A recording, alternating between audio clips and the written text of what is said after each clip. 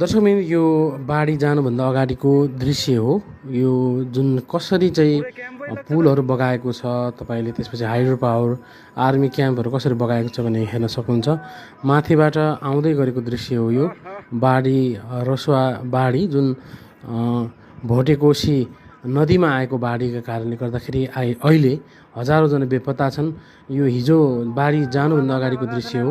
यहाँ हामीले देख्न सक्छौँ कि प्रत्यक्ष त्यहाँ सडक वरिपरिसम्म पनि आइपुगेको छ। यो बाढी हेर्दै जानुहोस् त यति धेरै बेगले आएको छ। यो घरहरू त्यसपछि यहाँ रहेका विभिन्न संरचना सडकदेखि लिएर सबै चाहिँ ध्वस्त बनेको छ।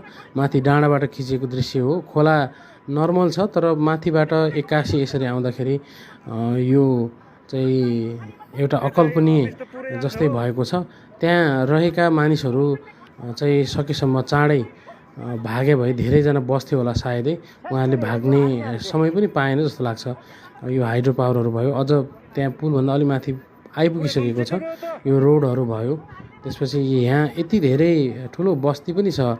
त्यसपछि यो बस्तीका मानिसहरूको चाहिँ एउटा चिच्याहाट भनौँ न, त्यो बाढीमै बिलायो। कति धेरै सपनाहरू थिए। बाढी ठुलो बेगले आएको छ। त्यो वरिपरि पुरै धुलाम्बे भएका छन्। हेर्नुहोस् त दर्शकबिन, पुरै धुलो उडेको छ। बाढी ठुलो बेगले आउँदैछ, अझै ठुलो बेगले आइरहेको छ। यो भिडियो हेर्दा नै हामीलाई कस्तो नरमाइलो लाग्छ।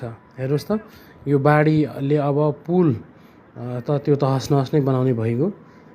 त्यसपछि त्यहाँ वरिपरि रहेका रोड करिडोर भनौँ त्यो छैन, एक झड्कामै गयो पुल।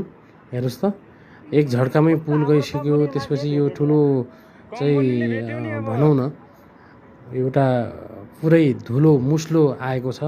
त्यसपछि यो सिधै बस्तीमा पस्यो। बस्ती एक घरहरू हेर्नुहोस् त एकैचोटि कसरी विलिन भयो यो घरहरू। त्यसपछि हाइड्रो पावरको अफिसहरू भयो, आर्मी क्याम्पहरू भयो, एकाएक गरेर यति ठुलो बाढी आयो कि त्यो सोच्न पनि हामीले कल्पना पनि गर्न सक्दैनौँ। अब त्यो रोड माथिसम्म पनि पुगेको छ यो बाढी।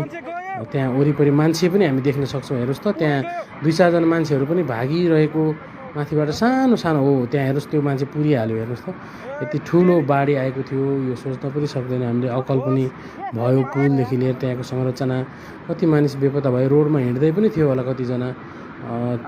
पुरै चाहिँ एउटा देशमा चाहिँ क्षति पुगेको छ। देश शोकमग्न भएको छ दर्शकबिन। यतापट्टिको बस्तीलाई पनि बाँकी राखेन। यो ठिक अगाडि चाहिँ खिचिएको दृश्य हो। यो चाहिँ